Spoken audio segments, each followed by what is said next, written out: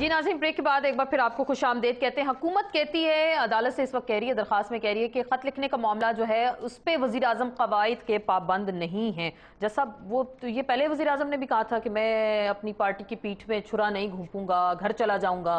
ये दूसरे वज़ीर आज़म भी, ये भी जाले वज़ीर आज़म है, ये भी यही बातें इस तरह की करेंगे। तौहीन तो लगेगी। फिर आप जो हमने पहले भी शुरू में ये सवाल उठाया था, तौहीन लगेगी, फिर ये घर जाएंगे, फिर अगले वज़ीर आज़म आएंगे। क्या ये मामला ऐसे चलता रहेगा सारे का सारा? मैं फिर पता नहीं फिर पॉजिटिव क्यों सोचता शुरू। मैं कहता हूँ देखें, आज उन्होंने जो चार्ज जो किया ना, तो उन्होंने कहा आर्टिकल 2 ये जो है अपना 204 read with section 17 of contempt law. अभी 204 में बहुत सी बातें हैं, उसमें डिसओबीडियंस की बात भी है, उसमें रेडिक्यूल करने की बात है, स्कैंडलाइज करने की बात भी, सारी चीज़ें हैं। तो मैं तो फिर ये सोच रहा हूँ कि अल्लाह करे को बेहतरी की सूरत है, क्योंकि अगर सिर्फ बात डिसओबीडियंस की होगी तो शायद उसका वो रिजल्ट ना निकले जो कि रेडिक्यूल करने की बात पे आ जाती है, वो मामला सीरियस हो जाता है।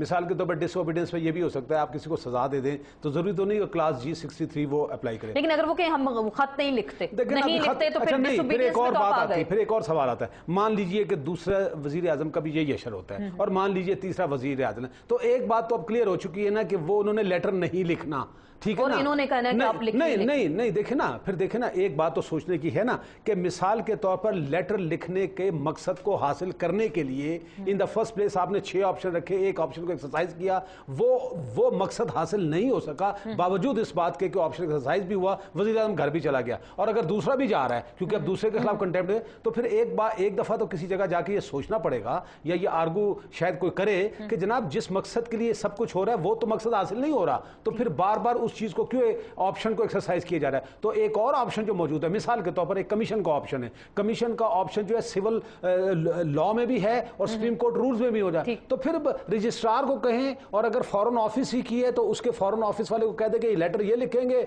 और फॉरेन ऑफिस वाला जो है सेक्रेटरी भिजवा दे, फिर अगर सेक्रेटरी ओबे नहीं करेगा तो फिर सेक्रेटरी को सजा दे दे। तो मेरा कहने का मतलब है कि वजीर आजम तक नहीं, मैं ये नहीं कह रहा कि वजीर आजम ने जाने, मेरी तरफ से वजीर आजम ने कल जाना आज चला जाए, लेकिन ये मेरी जात का मामला नहीं है। मेरा ये कहना है कि अगर अल्टीमेटली मकसद हासिल नहीं हो रहा और वन आफ्टर दी अदर वजीर आजम जाएगा, तो मैं इसलिए परेशान हूं कि ये मुल्क के लोग ऑलरेडी एक मुसीबत में, एक अजाब की जिंदगी गुजार रहे हैं, तो इससे मजीद अजाब आएगा, पॉलिटिकल इंस्टेबिलिटी आएगी, इकोनॉमिकली आगे हम तबाह बर्बाद हो चुके हैं, मजीद तबाही आएगी। मेरी इसलिए परेशानी। आपको और टाइम मिलेगा? ईद आपने कहा ना, टाइम तो मिल गया ना, 20 दिन का टाइम तो मिल गया, तो अल्लाह करे, मैं तो दुआ कर रहा हूं कि अल्लाह करे कि उस दिन जो वजीर आजम साहब जो जवाब लेके आए वो कोई ऐसा जवाब हो, क्योंकि इसमें जो सेक्शन 17 ये कहता है कि टू शो कॉज, मतलब हमारी सेटिस्फेक्शन का, हो सकता है वो सेटिस्फाइड हो जाए, ऐसी बात वो लिख दें कि उनकी सेटिस्फेक्शन हो जाए, प्रोसीडिंग ड्रॉप कर दें, तो इस्तिस्ना का मामला आ जाएगा। मुझे नहीं उठाएंगे फिर इसका मतलब देखें ना, जो पहले आपने कभी क्लेम नहीं किया। 20 दिन है तो सोचेंगे, हो सकता है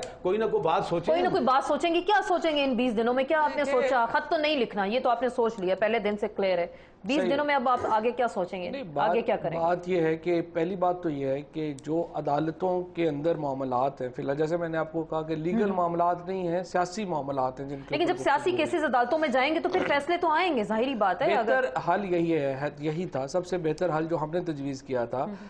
मसला यह है कि 248 कहता है आइन का कि आप सदर के खिलाफ प्रोसिक्यूशन ओपन नहीं करेंगे, अदालत कह रही है आप ओपन करें, पार्लियामेंट कह रही है कि हमें मुकम्मल एतमाद है सदर के ऊपर और वज़ीर आज़म के ऊपर, और आप इसको इम्प्लीमेंटेशन नहीं करने के ऊपर उनका एतमाद है। पार्लियामेंट एक तरफ खड़ी है, सुप्रीम कोर्ट एक तरफ खड़ी है। अब हम पार्लियामेंट को जवाब दें, पाकिस्तान के लोगों को जवाब दें, हम सुप्रीम कोर्ट को जवाब दे रहे हैं। उसकी वजह यह है कि वजीर आजम जो है वो उस वक्त तक वजीर आजम होना चाहिए, अगर मुल्क में जमहूरियत है, जब तक उसे पाकिस्तान के लोगों का पार्लियामेंट्री जरिए के जरिए एतमाद हासिल है।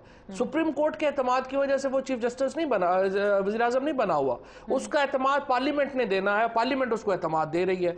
अब एक तरफ तो वजीर आजम पार्लियामेंट से गद्दारी करे और अपनी पार्टी से गद्दारी करे, ये डिमांड है सुप्रीम कोर्ट की। ये लेकिन ओथ में तो लिखा है ना कि आप जब ओथ लेते हैं आइन की पासदारी, उसमें ये नहीं लिखा कि पार्टी से वफादारी, ओथ में ये लिखा नहीं है कि पार्टी से वफादारी या पासदारी करेंगे, पार्टी की पीठ में छुरा नहीं घोंपेंगे, किसी की कब्र का ट्रायल नहीं होने देंगे। आर्टिकल 248 आइन का हिस्सा है, उससे वफादारी हो रही है। सुप्रीम कोर्ट का ऑर्डर एक तरफ है, आइन एक तरफ है, ये मसला है हमारी नजर में, और पार्लियामेंट कह रही है कि नहीं आप नहीं लिखेंगे। चुनाचे प्रॉब्लम इस वक्त ये है, हमने ये अर्ज किया कि जब तक सदर साहब ऐवान सदर में है, आप अपने फैसले को मुअत्तल इस पर अमल दरामद कर दें, जैसे बेशुमार شمار دنیا میں ہوتا ہے. دوسری صورت یہ ہے 6 مہینے ہم الیکشن ایئر میں ہیں. اگر جو رانا ثناء اللہ صاحب جس طرح کہہ رہے ہیں کہ بہت بڑے جناب اپنا مسائل ہیں اور گورننس ہے اور یہ ہے اور وہ ہے, لوگوں کو بھی تو موقع دینا ہمیں ریجیکٹ کرنے. چلے لوگوں آپشن 6 ہر ضمنی الیکشن ہوتا ہے جیتتے ہم, ہر الیکشن میں جیت ہم رہے ہیں, ضمنی الیکشن ہوتا ہے ہم جیت رہے ہیں اور ہمیں کہہ رہے ہیں عوام کا اعتماد. رانا صاحب عوام کے اعتماد کی تو یہ ذکر کر رہے ہیں, خط یہ نہیں لکھیں گے, ایک وزیر اعظم آئے گا یا دوسرا آئے گا یا تیسرا یا چوتھا جو بھی آئے گا, تو پھر ہوگا کیا؟ دیکھیں بات یہ ہے کہ پارلیمنٹ جو ہے وہ برقرار رہنی چاہیے, اس کا وجود قائم رہنا چاہیے, جو ڈیموکریٹک سسٹم ہے اس کو کنٹینیو کرنا چاہیے. اور میں جو جسٹس طارق محمود صاحب نے بات کی, میں اس سے اتفاق کرتا ہوں کہ وہاں پہ یہ آرگومنٹ جس طرح سے طارق صاحب نے کہا, یہ آرگومنٹ وہاں پہ ہونا چاہیے, اور اس آرگومنٹ کے نتیجے میں اگر وہاں پہ کوئی ادروائز یعنی کوئی راستہ نکلتا ہے تو ضرور نکلے. لیکن میں اس بات سے اتفاق نہیں کرتا کہ جی وزیر اعظم کے جانے سے جو ہے وہ پولیٹیکل انسٹیبلٹی آئے گی یا یہاں پہ اکانومی جو ہے وہ برباد ہو جائے گی. اکانومی اگر ملک کی برباد ہو رہی ہے یا برباد ہوئی ہے تو اس کی وجوہات جو ہے وہ بالکل مختلف ہیں وزیر اعظم کے جانے سے. اور ویسے بھی اس وقت جو وزیر اعظم ہے, اس سے پہلے بھی جو وزیر اعظم تھے, ان کی کوئی حیثیت نہیں ہے.